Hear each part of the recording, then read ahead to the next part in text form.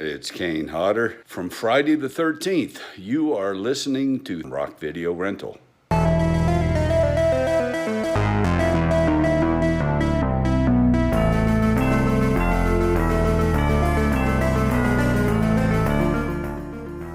Hey, what's up, everybody? Welcome to Rock Video Rental. I am Brandon, and with me, as always, is Caleb, and we are continuing on with Rocktober Part 6. And today we're going to be talking about The Funhouse from 1981. It is directed by Tobe Hooper, and the plot is teenage Amy Harper and her boyfriend Buzz Dawson and their friends Richie Atterbury and Liz Duncan visit a local carnival for the night of innocent amusement, but soon witness a fortune teller's murder and find that the exits are locked. Dun dun dun. Mhm.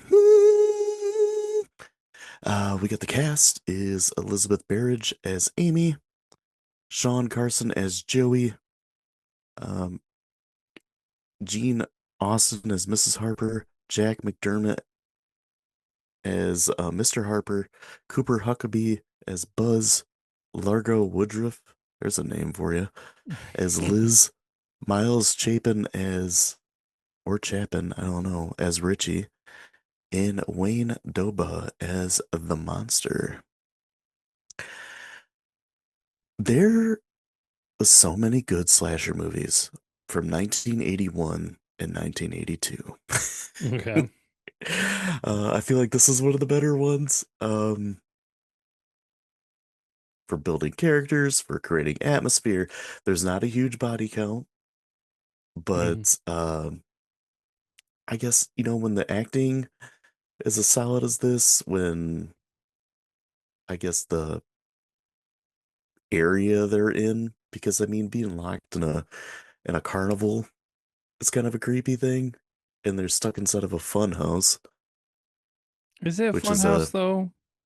like a spook house, I guess. Yeah, it was more of like a horror scary thing. Like Funhouse and the poster for this movie was deceiving because I was expecting like clowns and mirrors and hallways Okay. that don't go anywhere. And Yeah. so when they got in it, I was like, this is not exactly a fun house. I mean, I get it. I'm This, being a nitpicky, but yeah.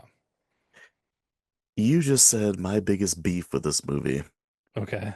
is the poster for this Mm-hmm. is incredibly misleading. Yes. You think it's going to be a killer clown movie Mm-hmm. because the poster and VHS cover art and all that has this clown holding an axe, and it's like, oh, this could be another killer clown movie, but it's not. Like, I Well, don't. It's like the clown is barely even in the whole movie, and it's just like a prop. yeah. Well, honestly, you know what I thought it was going to be? I don't know, I want to say about maybe a third of the way through the movie. I thought it was going to be like a weird possession kind of a thing because of that old hag woman. Yeah. I thought that, and the fortune teller, I thought there was going to be like some spooky spirit and it was going to be like a possessed funhouse and the things were going to come alive and like try to kill them. Um, Partially because of the clown on the cover of the poster and the movie and everything. Hmm. So it was kind of interesting and unique, the perspective and the route that they decided to go. But yeah, you take issue with the poster. I take issue with the name a little bit. I mean, I'm talking minor issue, honestly, though. Because the concept was pretty good, where it was just like it was a little bit more unique. Maybe a route that not most people would have thought of. So, Yeah. Um. but So with the poster with the clown, it's like a jack in a box, hmm and he's like leaning forward, and he's got a hatchet in his hand. Um. And then the DVD release I had was even more like it was focused right on the clown's face. huh. And like the clown is barely even in the dang movie. And then there's another poster that has a close up of like the actual killer's like mouth with like the Oh yeah, messed up yeah, yeah. teeth and a cleft lip and like drool coming out of his mouth. I'm like, okay, that one's not as misleading. Basically, it's just like a really disfigured dude who's like, I don't know if he's like albino or something because he's got like white hair and red eyes. Hmm. But yeah, it's definitely not what I was expecting the first time I saw this movie. Um, Well, you not to get too far away from it, but you talked about the great character development and great acting. yeah. One person that you did not name, as far as actors go, the one, the only Mr. Conway Twitty. No, not really. But Kevin Conway. Yeah. Um, he honestly, he was a huge part of this. Yeah, he was um like the dad of the killer. Yeah, maybe And not. he was like the I can't remember what they call them. I The think they called it a Barker. Yeah, Barker. That's what I was. Yep, that's exactly what it is. Um, it's like, come here, come one, come all, come see, Blah blah the blah. two-headed cow or whatever. Yeah. Yeah. Yeah, he did a fantastic job. I've seen him. So has he been in another horror movie that we've watched or I don't know. okay, because I did I look think up his he definitely looks like one of those like kind of skeezy 70s guys yeah. that you would see in something like this. Yeah, I'd have to go back through maybe all of his IMDb to know for sure. The first initial look at things, he was in Gettysburg, which I Mm-hmm. think maybe I recognize him from that. But anyways, so he did a really good job. Um, as the alleged father of the killer thing. I don't know if he was the real dad or not. But so speaking of the good actors, should we also address the absolutely waste of content in this movie? And that's the younger brother Joey. Yeah. There was no reason. The only reason he was in the movie was because they wanted to recreate the beginning of Halloween for some reason.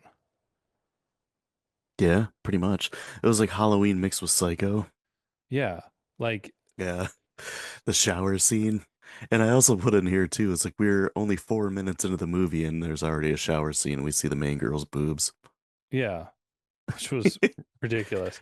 But no, the Joe character was useless. Like honestly, at the end of the movie, the when it was like done and you're just like, yep, there was no more Joey, it kind of made me mad cuz it I felt like they wasted my time on even knowing that that character existed. Yeah, yeah, pretty much. Like it even could have been better if they had the like as dumb as it would have seemed if they had that beginning scene and Joey just never snuck out and went to the carnival. Yeah. Or So if there would have been more tension with they have to like rescue the little brother oh, more so than what they did. But even then, like, why? There was yeah. already enough tension with them trying to get out of there without getting killed by the monster dude. Yeah, I mean the only slight itty bitty thing that it added was the fact that the main girl Amy, her parents were there and she was trying to scream for them to help. Yeah, Like that was an intense part, but yeah, it was still, I don't know, to me rather dumb that they felt that the Joey element was helpful in any way. right. It was just like added to have like a boy in it, like a young boy in it. Yeah. I did think the final girl was pretty good. Yeah. I liked her character. She was pretty, but she wasn't like, bombshell pretty. She was like, um, she was smart, she was resourceful, and like she had heart and everything, and she was intelligent. I don't know, and kind She of looked like somebody that would have been off the Brady Bunch. yeah, wholesome looking. Yeah. Yeah. But she also in the first 4 minutes takes a shower. Do you see everything? Uh, which is bizarre. But I don't. She's like she has the look and some of the characteristics of what makes a good final girl. Like think Jamie Lee Curtis in Halloween, where she's like attractive, but she's not. She's more like the girl next door than she is like A the Barbie. supermodel. Yeah. Yeah, but she's also smart and caring and thoughtful. Hmm. So I thought that she did a good job in this. She can scream too. Yeah. And then like the whimpering sounds and like the crying sounds, like she was almost as good with that as um Sally in Texas Chainsaw Massacre, Mm. which is another Tobe Hooper movie. Yeah. But I mean Sally was still better than her, but it was hard to beat that performance. But and the guys were just kind of like throwaway characters in this. I mean, she had her boyfriend. He's probably the main guy character in it, and kind of tough guy or whatever. Hmm. Um, but yeah, the Barker guy, he's probably, other than the killer, the most memorable carny or whatever. The part that I always think of when I think of this movie is the alive, alive, alive that he keeps saying about the freak show part of it. Yeah. Yeah. And then the killer itself is really creepy looking. Um, it's obvious that it's like a mask, but the really pale skin, the white hair, the bright red eyes, like he's got like a huge head and pointy teeth and a cleft lip, and like he's just super ugly dude. Hmm. And he can't really talk. He kind of talks, but it's like a little, he's really grunty and Yeah. Only the dad guy can really understand him. yeah, you can make out words like every once in a while, but they're like really soft or like high pitched. But yeah, I thought the looks of the killer that was pretty original. Um, Pretty decent. I mean, it's not as like iconic as like Freddy or Jason or Michael or something like that, but Yeah. yeah, decent. And I would consider this one of the better one-off slashers because there's no sequel or remake to it. Rock. Yeah, they did pretty good. Yeah. You know, something that's a little bit funny with this, when we're recording this, this is actually the week of the fair in my Eh, town, that's funny. and we went tonight. So the whole time I'm thinking like bunch of crazy carnies. Alive, alive, alive. Don't kill Uh, me. oh, and I always laugh too at the part where he has a Forrest Gump moment with um the fortune teller, where he pays her $100 to like do him, Yeah. and then he like blows it in the first 5 seconds. Like, way to go, Forrest Gump. And then the dad gets mad at him and he's just like, you could have paid somebody $15 for that. You paid $100 for her. It's like I could have gave you one of those. Because they had the girls wearing the pasties over their nipples and everything, dancing around, and the girly show. He's like, I could have got you one of them for 15. Uh, just funny. Um, I guess I can get into like kills and stuff because I mean that's really what people come for slasher movies. This one, like I said, it doesn't have a huge body count, but we got Madame Zena, the fortune teller. She gets electrocuted. Hmm. Richard Atterbury or Richie Atterbury gets hanged and axed in the head. Yeah. Um, and then the carnival barker Conrad, he gets impaled on a sword. Yeah, I saw While that he's one coming. wrestling around with Buzz, yeah. And then Buzz, he gets stabbed off screen. And then the final girl, she's getting chased around by the monster guy around all these gears and everything, and he gets knocked backwards and goes into the gears, and the gears like rip him apart and crush him. Oh, you missed her friend Liz. Oh yeah, I did, didn't I? Yeah, that was before the Barker, I think. Yeah, So yeah, she got cornered by the monster guy, and he basically beat her to death. yeah, bludgeoned her.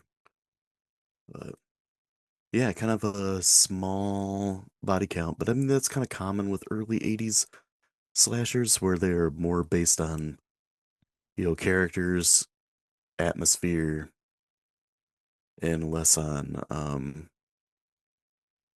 the sheer amount of kills. Hmm.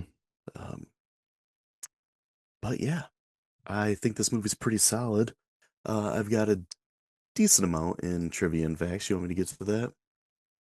Let me see. Hold on. Did I I don't have? know if you had anything else to Oh, add. one thing I was gonna actually add right before you started talking about the kills, um, and I know that's a little bit with being the product of its time, but there was not a kill until halfway through the movie. Yeah. Yeah, it was like about because this movie's like hour 33, something like that, and it was like Hmm. 48 minutes in, so almost like right halfway through. Yeah, that's Um, another common early '80s slasher thing too. yeah, and which I didn't mind as much because they did even though it was slow, they did a good job, like you said, with developing things. And then also they showed you the different things around the carnival and stuff like that. And we didn't even talk about how messed up that carnival was. Yeah. Um, on so many different levels. But one of the funny things is, I swear that the little bumper car ride that they had is the same one that's still at the local fair at my place. And I'm just like, man, those things just never die, do they? Yeah, it's like that and carousels. Yeah. Oh, this is our original carousel from 1920. Oh Hope you don't man. die. Yeah. Have fun. Oh gosh. All right, So, trivia and trivia and facts. facts. Director Tobe Hooper was at one point nearly struck by a flying cog, but was saved by an extra who broke his arm in the process. Dang. Yeah. Dean Koontz wrote a novelization of the screenplay under the pseudonym of Owen West. The book contains a lot of backstory added by Koontz, and because of this, and the fact that the book was released before the movie due to a delay in post production, it is often mistaken that the movie is based on the book when the reverse is true. Oh, interesting. Yeah. So Toby Hooper reused some of the film's props when he directed the music video for Billy Idol Dancing with Myself Hmm. in 1983. Steven Spielberg asked Toby Hooper to direct E.T., but he turned it down because he was busy working on this movie. Ah, Hooper and Spielberg would later work together on Poltergeist. oh, rock. Yeah. An accident occurred during filming when a carnival ride carrying several passengers was left on for about 20 minutes to a half hour. Oh my gosh. The ride, which has several octopus arms that spin around with rotating carriages, normally runs for about 4 minutes per joyride.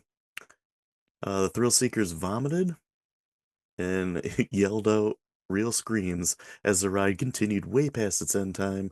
When stopped, the riders could not walk and were somewhat twisted in their musculature. Oh my gosh. An ambulance was called, but no one was seriously injured. I would be so pissed. Right? I hate I'd probably spinning never go on rides. another ride again in my life. Uh, the film took many critics by surprise upon its 1981 release, as they were expecting a typical gore-filled slasher drudge, but instead found it to be more of a quality suspenseful horror film. Gene Siskel actually liked the film and gave it a positive review, The strong reception of this film was a major reason that Tobe Hooper earned the job directing Poltergeist. Rock.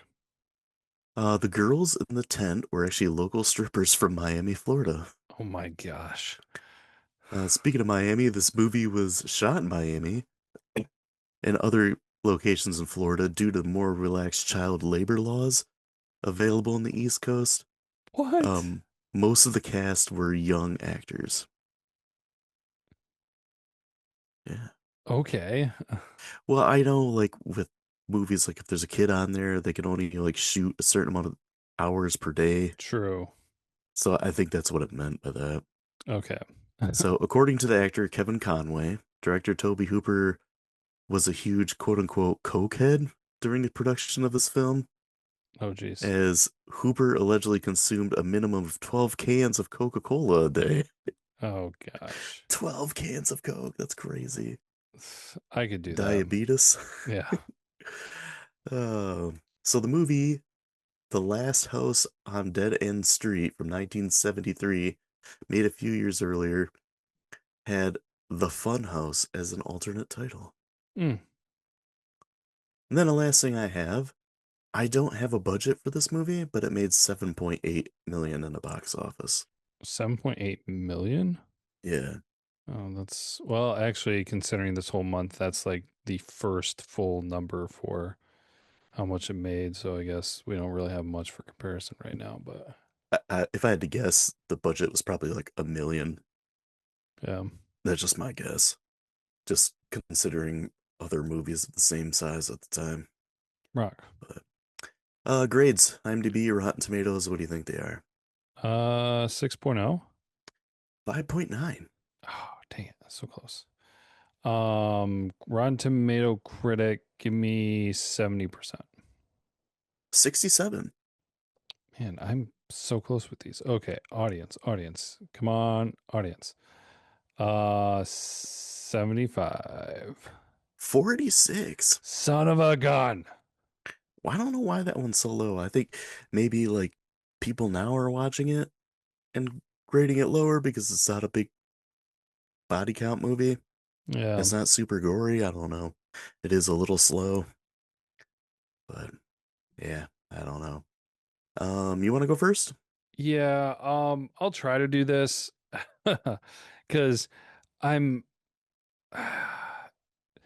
I'm a little bit torn because it really is kind of like a hidden gem Mm-hmm. because it is done so well.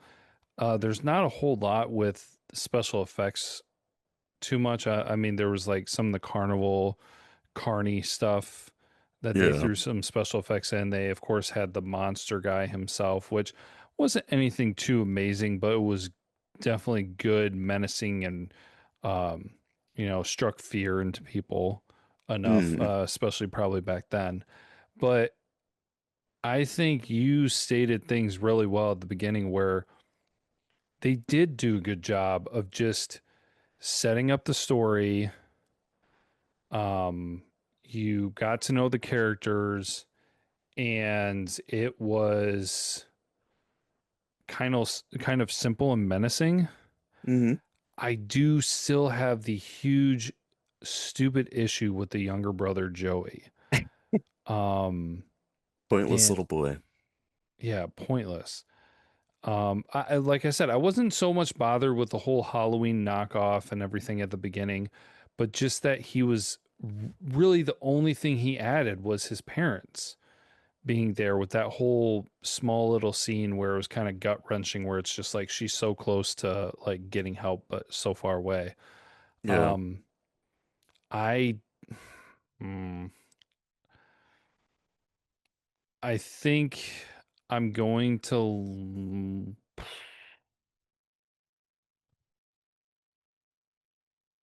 Oh, I'm stuck between a 4.5 and a 5. Okay. Um, I think I think I'm gonna say a 4.5. Rock? Yeah, maybe I'll come back and change it later when we talk about things at the end of the month. But Okay. um, Yeah, the younger brother thing just really kind of frustrates me. And no, you know what? I'm okay with giving it a five. I think I get a little bit biased with like, oh, is it a mainstream movie? Do a bunch of other people like it? Like, does it? Do other people think the same way I do? I think a 5 out of 5 because context when the movie came out and everything. I think it holds up really well compared to a lot of other ones, especially since we've been watching so many from the 80s right now. This is the one that stands above the rest at the moment so far since we've gone through this month. So I'll stop at a 5 out of 5. Rock. That's funny because you gave it a higher grade than I did. Really? Yeah, because I had it as a straight four. I think it's a pretty good slasher movie. It is a little bit slower, and really, like you said, there's no real point to have the little brother in it, and I feel like it takes away from the main story. I think the acting is pretty solid, and like the killer's pretty decent looking. It's good enough that I'm surprised it didn't have a sequel. Mm-hmm. I mean, like the killer gets mangled in a bunch of gears at the end, which is original and almost definitive, like he's dead. But I'm surprised they didn't find a way to like shoehorn in a sequel. And it's made by Tobe Hooper, who's like famous horror director and one of the most underappreciated directors as a whole. Like he was a great movie maker and he didn't get the credit that he deserved.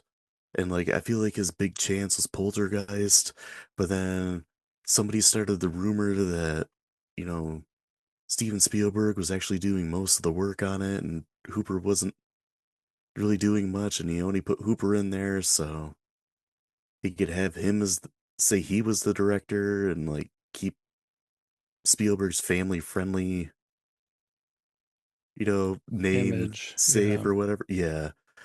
But no, like he made Texas Chainsaw Massacre, he made this, and he legit directed Poltergeist, so he didn't get the his flowers that he deserved, I guess. Mm. But yeah, I still think I give it a solid four. It's one I have to be more in the mood to watch than um some of the other slasher movies, especially like some of the other ones from this year's marathon. Okay. But yeah, Sure. Yeah. And and I get that. Like a little bit more from my perspective is like even though I give a movie a really excellent grade, doesn't always mean that I think it's something that you anybody could pick up at any time and watch.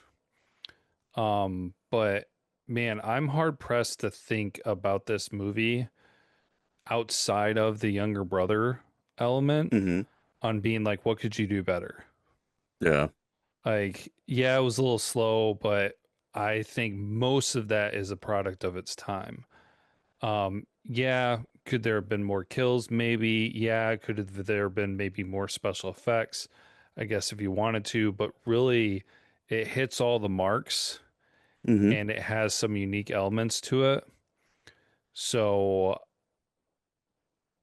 that I think kind of sets it apart, which helps because if it was a more generic, still good, but most of the elements were generic, I think I would have easily not put it above a 4.5.